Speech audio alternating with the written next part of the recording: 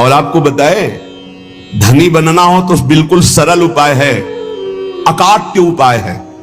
धनी सब बनना चाहते लेकिन पाप करके बनना चाहते, अधर्म करके बनना चाहते, दूसरों को लूट करके। हाँ, बोले शॉर्टकट से, तो शॉर्टकट से ऐसा मरोगे कि फिर निकलने को नहीं मिलेगा इस माया समुद्र से। ध्यान रखना, ये जो सोचते हैं ना बहुत जल्दी धनी बन जाने के लिए, एक उपाय है, बहुत जल्दी कृपा हो जाएगी, बहुत जल्दी धनी बन जाओगे। क्या? संतों की सेवा शुरू कर दो। श्री नथियाबाई जी जब वृंदावन आई तो महिमा सुनने को मिली संत सेवा, तो उनका मुझ गरीब से क्या संत सेवा होगी। तो चून मांग के लाती, उपला बिन लेती, उससे रोटी बनाती, और कोई भिक्षा जाता होता करने, साधु बुलाए, बाबा आ जा, मोटी मोटी लाल लाल रोटी सेक कर पवाती।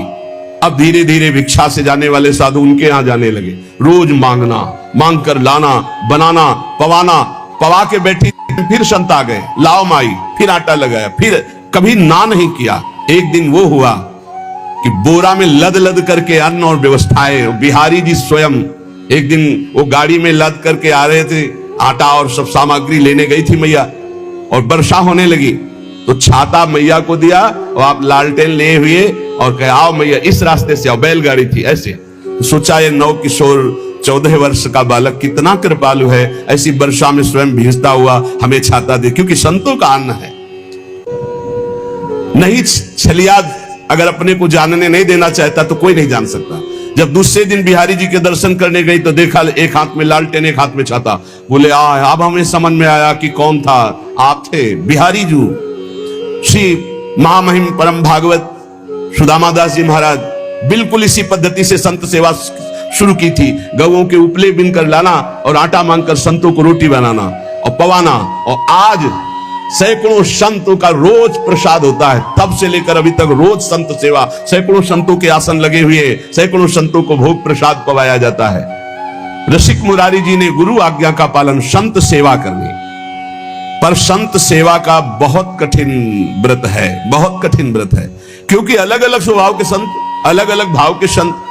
ध्यान से सुना जाए, संत सेवी भाव रखने वाले उपासक, आपकी एक विलक्षण भावना थी, सब संतों का चरणोदक उतारते।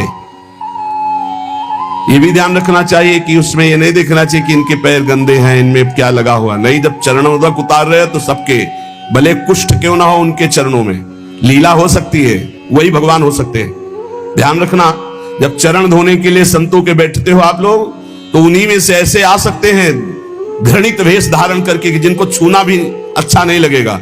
बहुत चाव भाव से उनके चरण धो। ये मत सोचो कि इनके पैर कैसे घृणित है, घाव है, क्या है, ऐसा नहीं। बिल्कुल सावधान, लीला कर सकते हैं, हरि हैं, बड़े लीला बिहारी हैं। रसिक मुरारी जी के धन क्या था? संतों का चरणोदक भर भर के माट में ऐसे ऊपर विराजमान किए आसन पे, और रोज उनकी परिक्रमा, रोज साष्टांग दंडवत, और रोज चरणामृत पान, रोज चरणामृत उतारवाना और संतों को भोग पवाना। संतों के चरणामृत में किसी भाग्यशाली की निष्ठा होती है। मटकों में भर भर के रख के जैसे कोई अब संपत्ति रखता है, ऐसे बड़ी कृपा है, गुरुजनों की बड़ी कृपा है जिनको संत चरणामृत में। और जब से वैष्णव मार्ग मिला तब से गुरु कृपा से नित्य चरणामृत मिलता है। 500 वर्ष पहले महापुरुषों के जो चरणामृत वो आ करके अपने आप कृपा करके दे गए। ये तुलसीदास जी का चरणामृत है, ये अमुक संत का चरणामृत है। तो गुरु कृपा से बहुत से पात्रों में चरणामृत ऐसे रखा है, रोज दर्शन, रोज पान, रोज सौभाग्य मिलता है। चरणामृत उसकी पूजा करते, आरती उतारते, परिक्रमा करते, दंडवत करते संतों की चरणामृत की। चरणामृत की निष्ठा, जबान में सबसे पहले चरणामृत। कई बार ये लीला होती, वहां अलग चरणामृत, यहां अलग चरणामृत रखा। पहले चरणामृत, फिर जो कुछ बाल भोग जो भी ले, पहले चरणामृत, भोजन तो पहले चरणामृत। चरणामृत की निष्ठा होनी चाहिए। ऐसा नहीं कि भोजन देखा टूट पड़े। श्रीधर बाबा जी की हमने निष्ठा देखी, अगर चरणामृत बोले बाबा चरणामृत तो संपन्न हो गया, तो फिर प्रसाद नहीं पाते। फिर दूसरे दिन चरणामृत जब मिलेगा तभी प्रसाद पाएंगे। बड़ी निष्ठा होनी चाहिए चरणामृत में, संत चरणामृत में। कभी कभी विचित्र लीला हुई, संत चरणामृत उतारा गया और 4 दिन के बाद दुर्गंध प्रकट हो गई। अब इतनी कीमती चीज कैसे फैला दे? तब फिर आया कि उसको ढक्कन खोल के रख दो 10 दिन, अपने आप सब खत्म और निर्मल। ऐसा कभी चरणामृत हो तो फेंकना नहीं, उसको बड़े ढक्कन वाले में ऐसे पात्र में रख के ढक्कन खोल के ऊपर से महीन कपड़ा रखकर छोड़ दो। वो 10-15 दिन में एकदम बहुत स्वादिष्ट और उसकी दुर्गंध खत्म हो जाएगी। लीलाएं होती हैं, उसको दुर्गंध समझ के फेंक मत देना। वैष्णव जनों की ये निष्ठा होती है, चरणामृत से बहुत दिव्यताएं प्राप्त हो जाती है, बहुत दिव्यताएं प्राप्त होती है। यदि साधु सेवा नियम पूर्वक, दैन्यता पूर्वक, भाव पूर्वक की जाए तो भगवान संतों की जिह्वा से ही प्रसाद पाते हैं। स्वाद ले लेकर संतों की जिह्वा से पाते हैं। संतों का चरणामृत उतारा जाए, संतों की आरती की जाए, संतों को प्रसाद पवाया जाए तो भगवान बहुत जल्दी प्रसन्न हो जाते हैं। गुरु आज्ञा श्री रसिक मुरारी जी ने संत सेवा का बड़ा ही विस्तार किया। रोज संतों का निमंत्रण। जब तक गुरु वचनों पर विश्वास नहीं होता तब तक बल नहीं आता अध्यात्म का। आपके हृदय में संत वैष्णवों के प्रति अपार सुख देने की भावना आ गई, क्योंकि गुरुदेव ने कहा संत सेवा में ही भगवान की प्राप्ति होगी। श्री प्रियादास जी कह रहे कि रसिक मुरारी जी की संत सेवा की महिमा का वर्णन या संतों के प्रतिभाव का वर्णन एक जिह्वा में कैसे करूं, मतलब इतनी अपार संत सेवा की भावना। मेरी बुद्धि थकित हो जाती इनकी महिमा देख करके संत सेवा की। आप बड़े समारोह से श्री गुरु उत्सव मनाया करते थे, उसमें पूरे दिन कथा कीर्तन सत्संग भोज भंडारा होता रहता था। सब संतों को बड़ा सुख प्रदान करते थे। यह उत्सव 12 दिन तक लगातार गुरु उत्सव चलता। 12 दिन भक्तों की भीड़ रहती, जो देखने में अत्यंत आनंद प्रदान करने वाली होती है। गुरु उत्सव, इस उत्सव का नाम दंडोत्सव है।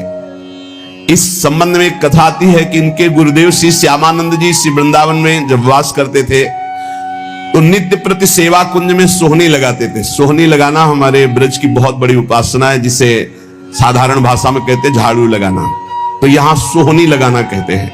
तो रोज सेवा कुंज में सोहनी लगाते थे। सेवा कुंज में प्रिया प्रीतम नित्य विहार करते हैं, तो इनको एक अपार सुख मिलता कि मेरे श्यामा श्याम यहां विहार करते, मुझे सोहनी सेवा का सौभाग्य मिला, मैं उनकी दासी हूं। बाहर वो सोहनी लगाते समय बड़े गौर से वो एक एक लता के नीचे एक एक चरण चिन्ह को देखते हैं, कहीं प्रियालाल के चरण चिन्ह तो नहीं है, कहीं किसी लता के नीचे प्रियालाल विराजमान तो नहीं हुई।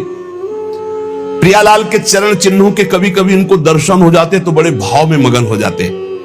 कभी कभी युगल चरणारविंद के दर्शन होते। कैसे पहचान होती कि प्रियालाल के चरण चिन्ह? क्योंकि प्रियालाल के चरण में 19 चिन्ह हैं, चरण चिन्ह। सबके साधारण चरण ऐसे, प्रिया